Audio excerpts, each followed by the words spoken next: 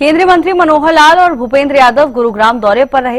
इस दौरान दोनों मंत्रियों ने वन महोत्सव कार्यक्रम में शिरकत की और सेक्टर 54 में एक पेड़ मां के नाम कार्यक्रम पौधारोपण किया। साथ ही केंद्रीय मंत्रियों ने प्रस्तावित जंगल सफारी का निरीक्षण किया, लेपर्ड ट्रेल पर और प्रस्तावित डिजाइन का अवलोकन भी किया।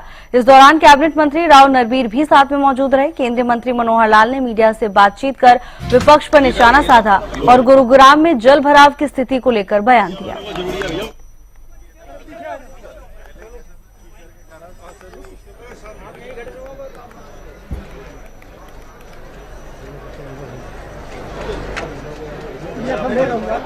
जैसे हमारे डिस्ट्रिक्ट चीफ सेक्रेटरी, उनको आपको पब्लिक में भी जाने की जरूरत नहीं है। चुप करके जल्दी से चुनाव आयोग में जाएं, सारे प्रमाण भी दें। ये निर्णय उनको करना है। एक ऑटोनोमस बॉडी है, एक संवैधानिक बॉडी है, तो इसके लिए केवल एक अफवाह फैलाने का उनका जो अभ्यास है वो पारंगत है। उसके चुनाव आयोग हमारी सुनता ही नहीं।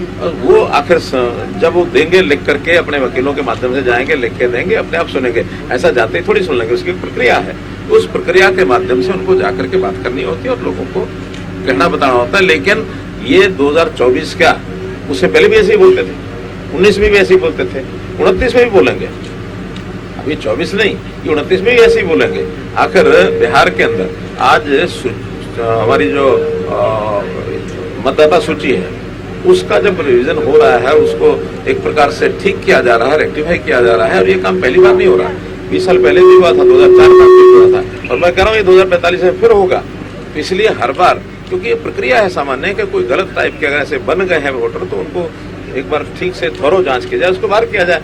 गलत वोटर को बाहर करने में इनको आपत्ति क्यों हो रही है? इसलिए हो रही है कि उन गलत वोटर्स का ये आधार मान करके अपनी खिचड़ी पकाते थे। अब जो गलत वोटर हैं, इलीगल वोटर्स हैं, वो खिचड़ी इनकी पकेगी नहीं। तो इस प्रकार से इन कामों का विरोध करना इनका स्वभाव है, लगातार करेंगे, आगे भी करेंगे। देखिए, जल भराव की जहाँ तक बात है, ये गुरुग्राम में लगातार पिछले 1992 से तो मैं देख रहा हूँ, यानी आज कितने 33 साल हो गए। इन 33 सालों में गुरुग्राम की जो स्थिति थी वो आपको भी पता, हमको भी पता है। बिना किसी योजना के गुरुग्राम को आगे लगातार बढ़ाया जाता चला गया। और गुरुग्राम की स्थिति, पानी का एक विषय है, ट्रैफिक जाम का दूसरा विषय है। आज से 10-12 साल पहले ये चाहे इफ्को चौक हो, चाहे सिग्नेचर टावर हो, राजीव चौक हो, हीरो होंडा चौक हो, यहाँ कितना ट्रैफिक जाम होता था।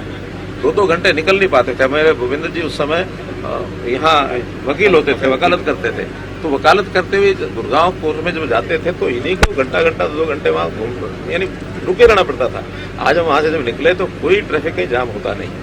अब चूंकि अंडरपास जितने बने हैं, स्वाभाविक है जमीन के जो आम लेवल से नीचे बने हैं, तो यहाँ का जो सिस्टम यानी सीवरेज और ड्रेनेज सिस्टम है वो इतना डाउन का नहीं था कि उसका पानी वो ग्रेविटी से जा सके। उस पानी को पावर आउट किया जाता है। तो पावर आउट करने के लिए जमीन जब वर्षा आती है और भारी वर्षा आती है तो उसमें समय लगता है, उसमें घंटा लगे, 1.5 लगे, 2 लगे। और ये गुरुग्राम के लोगों को पता भी है। केवल जिन लोगों को आलोचना करनी होती है वो आपके सामने आते हैं। जिम कॉर्बेट, बहुत लोग वहां जाते हैं। अभी जामनगर में हम होके आए हैं, उसके बाद गिर जंगल देखा है, वहां यानी शेर, चीते, भालू, सब तरह के जानवर, ये दुनिया के आकर्षण का केंद्र बना हुआ है। तो ऐसा आज उस स्थान को हम देख करके आए हैं। 10,000 एकड़ के ऊपर ये जंगल सफारी आने वाले वर्षों में तैयार होगी। और साथ साथ केवल वही नहीं, HSIDC की जमीन पर 125-150 एकड़ का एक एरिया, जिसके अंदर एक सेंट्रल पार्क, बहुत बड़े बड़े पार्क शहरों के अंदर हैं, लोग देखने के लिए जाते हैं, तो एक सेंट्रल पार्क वहां बन जाए। और उसी प्रकार से जैसा डिजिटल लैंड की चर्चा आई, 500 से 600 एकड़ का डिजिटल लैंड एक बने। एक एक्वेरियम, सिंगापुर का एक्वेरियम देखा होगा हम सब लोगों ने, कितना खास करके विद्यार्थी स्कूल के, कॉलेज के खूब जाते हैं, वहां अध्ययन करते हैं चीजों का। समुद्र की सारी चीजें वहां थोड़े स्थान के ऊपर। गुरुग्राम में एक बड़ा कन्वेंशन सेंटर ये भी बनाने की हमारी योजना है।